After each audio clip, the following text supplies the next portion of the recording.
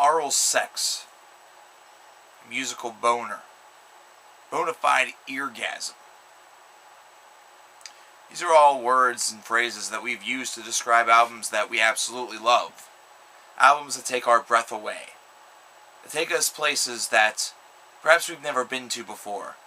Or perhaps to avenues that we've been before, however in a different way.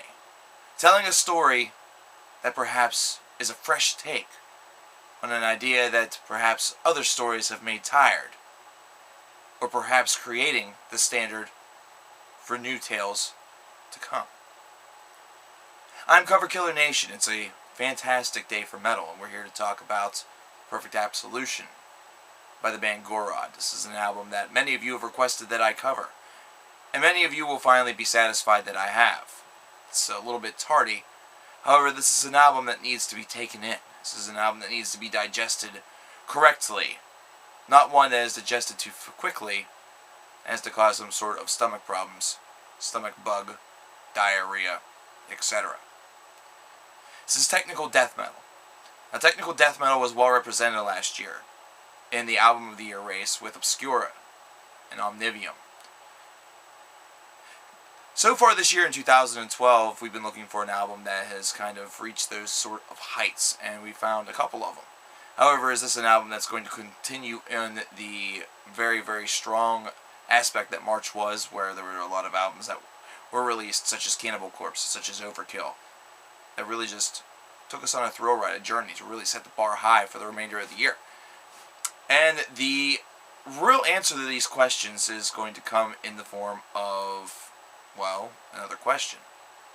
How does this rank compared to Omnivium by Obscura from a year ago? Because that's almost like a standard bearer for what it may take if you want to top the coverkillernation Top 25 list. This is an album that actually does a very, very nice job. Perhaps not quite on par, perhaps not quite on cue to that album, however, still in its own right and its own legacy is going to be building quite the reputation, quite the name for itself, and something that's already happened within the first month of its release. And it's only going to continue to build as more and more metalheads are able to check this band out, and not to mention check this album out. This is an album that's an 8-track affair that clocks in at under 40 minutes. So, right away, this is an album that you're going to quickly know whether or not you're going to enjoy or not.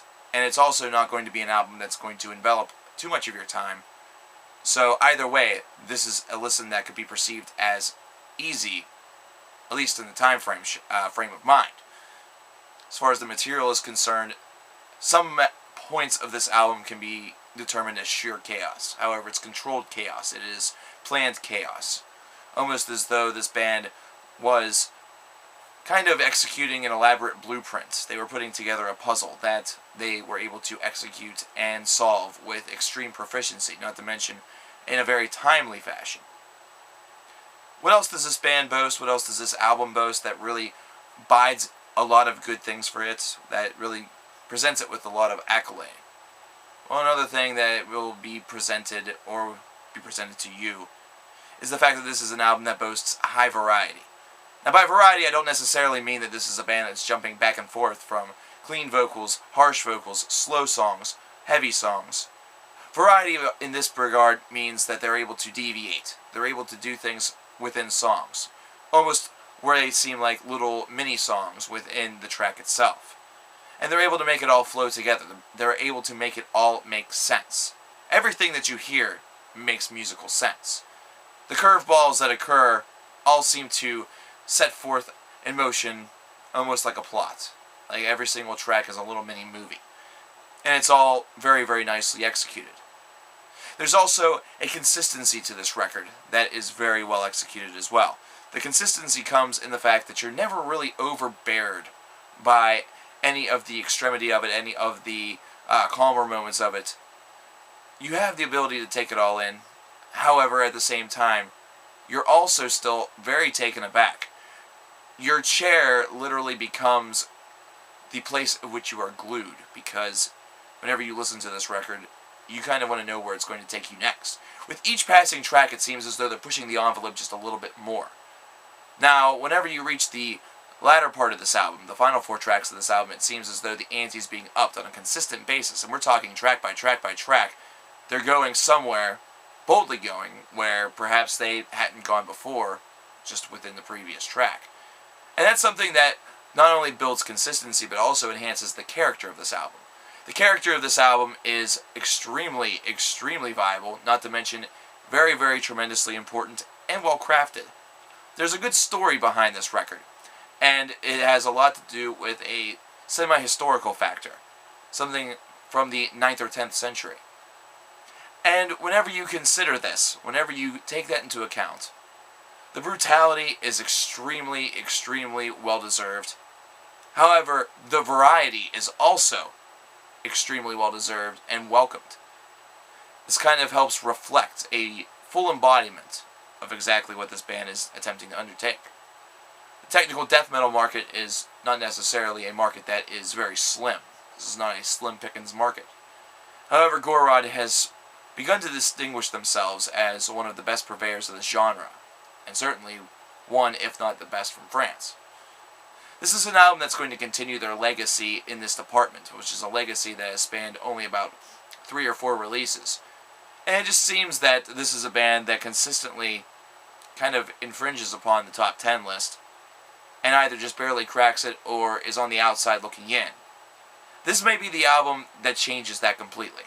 This may be the album that kind of gives them that breakout success, at least on the coverkillernation top 25 list, that perhaps this band has richly deserved for many, many years. This consistent album, this non-overbearing with the length album, this very, very balls-to-the-wall, insane, haunting, and beautiful release just certainly seems to be the pinnacle of Gorod's shorter career. I really enjoyed this release. I really think that in the technical death metal department, this is the album that's going to try its best to be 2012's Omnivium by Obscura. And while it may not reach those same heights, while it may not make it to that same plateau all the way at the top, sharing a spot only with one for potential supremacy, this is at least going to show Gorod and show technical death metal fans that there is a damn good release in this department in 2012. And for other technical death metal bands that are going to be releasing albums after this, it only indicates that it's going to be one hell of an act to follow. Another rare piece of air here in 2012. A 9 out of 10 for this album. One that I highly recommend. One that I enjoyed to sublime levels. And one that I will continue to enjoy and find new facets and new fun to throughout the remainder of this year. Expect to see this album in December. Be surprised if enough come out after this to supplant it from the top 25 list.